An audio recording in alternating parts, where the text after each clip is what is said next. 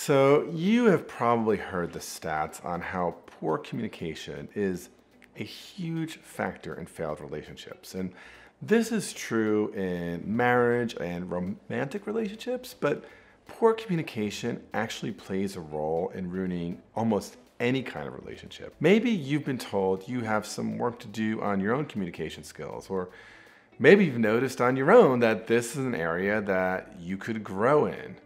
Either way, if you are wondering, how can I improve communication skills in my relationship? I got you covered. Keep on watching as I offer 5 key tips on how you can improve your communication skills and improve your relationships as well.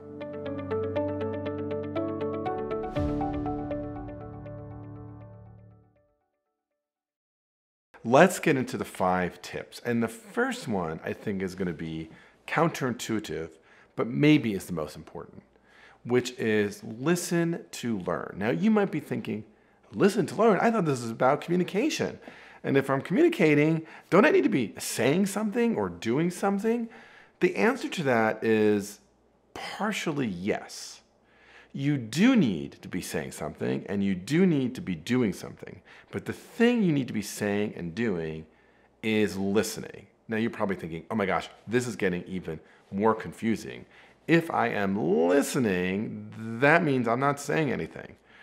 But here is where I'm going to actually disagree.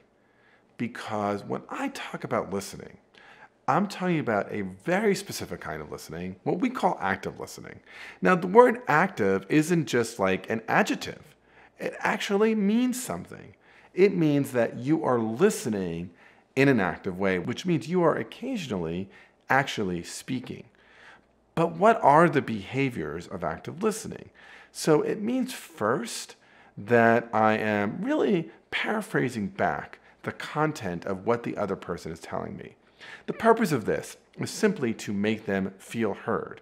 And making someone feel heard in a relationship is absolutely critical.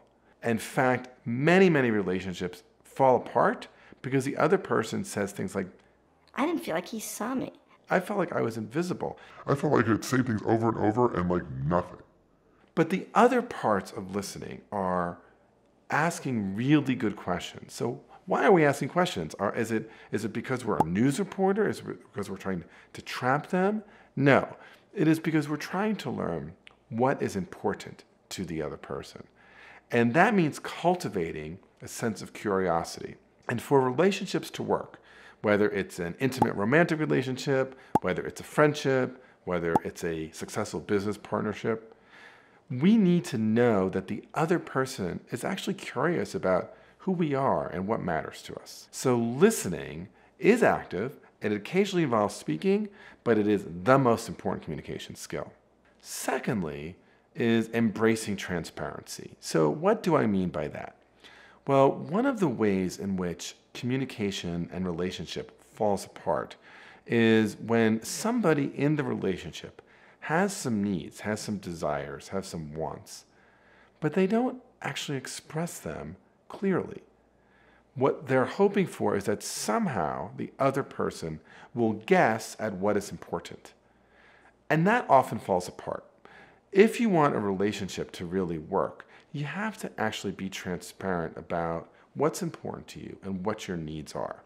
So for example, I am somebody who actually likes for people to remember his birthday. But if I never say that, and I have a hidden test that if this person really cares about me, they'll make a big deal on my birthday, then what's going to happen is if the other person doesn't think that way, and maybe they give me a card on my birthday, or maybe they forget my birthday, there's this chance that I'll be like, oh my gosh, they don't care about me, or oh my gosh, they're a bad person.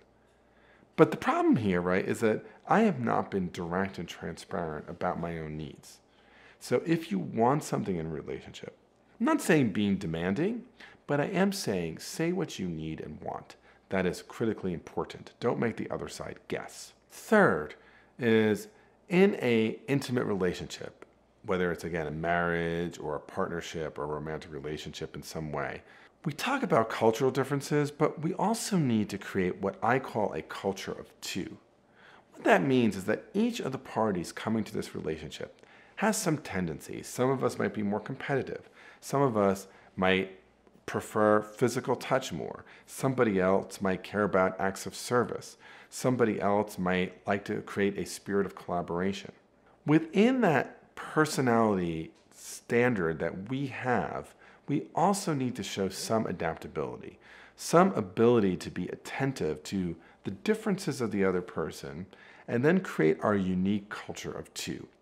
So I have seen this show up for me in many of my relationships through the years, including my friendships. If you saw the way I might interact with my dear friend Daniel, and then the way I might interact with my dear friend Sarah, you might say like, oh my gosh, Bob seems entirely different. Now, am I acting in those two cases? Absolutely not. I'm still being Bob. But what I am adapting to is their stylistic communication differences. One person might be very direct, maybe quite abrupt, maybe quite forceful. And when I'm in conversation with them, there are things that I might say or do, a sense of humor, a maybe kidding atmosphere that I wouldn't do with somebody else. Instead, I might lean on my empathy more. Instead, I might be more attentive to underlying currents and feelings and moods. So part of what makes a relationship successful is that ability together to create a culture of two. Fourth, you want to monitor the ratio of positive to negative comments in the relationship. So John Gottman has done years and years of research looking at marriages that last and marriages that fall apart. And he has yielded many insights, but perhaps the most meaningful one is that he is able to predict with a very high degree of accuracy whether a marriage will hold together many years later based on the ratio of positive comments to negative comments that the parties make about each other when working through conflict or difference. And the magic number is that you want the ratio to be 5 positive comments to 1 negative comment. My own experience, right, in just observing couples that I see is that when most of what they say about each other or to each other is negative, you can sense and feel the tension. Whereas when most of it is positive, even if there's an occasional negative comment, it's almost received in kind of a joking or jocular way. Last really important skill here is to lean into and embrace conflict that comes up. So I think in our society, especially with respect to intimate relationships, we think that when there is conflict, it means there is something wrong, that the relationship has gone awry. But one of the things I always say to my friends, right, if they're in a relationship and they're like, oh, it's really, really going well, I'll say to them, like, have you had a fight yet? And if they're like 3 or 4 or 5 or 6 months into the relationship and they're like, no, I get really worried because every good relationship actually has conflict.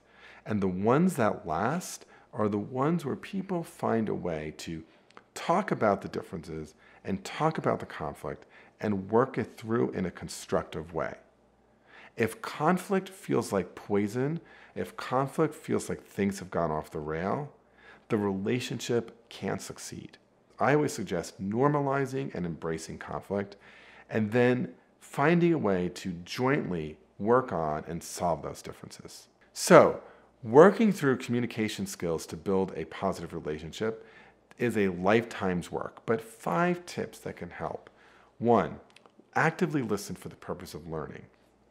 2, embrace transparency. Be clear and direct about your needs in the relationship. 3, work hard to develop a culture of two, one that really reflects your own individual differences and similarities in the relationship. 3, monitor the ratio of positive to negative comments in your relationship, and you want many more positive comments than negative ones. And 5, embrace and normalize conflict. All of us can stand to improve when it comes to communication skills in our relationships. But if we embrace each of these 5 and monitor and reflect on them over time, we can all have satisfying, healthy, and really strong personal relationships. I love to hear more of the tips that have worked for you, so please put some tips into the chat. In addition, if you want more tips on how to improve your communication in a relationship, keep watching this next video on what are good communication skills in a relationship. Finally, if you want to improve your negotiation and communication skills, please think about taking a course with me at the Cambridge Negotiation Institute. Don't forget to subscribe to the channel, hit the like, ring the bell, and see you soon. Okay, you know you want to watch this next video. Click, click, click.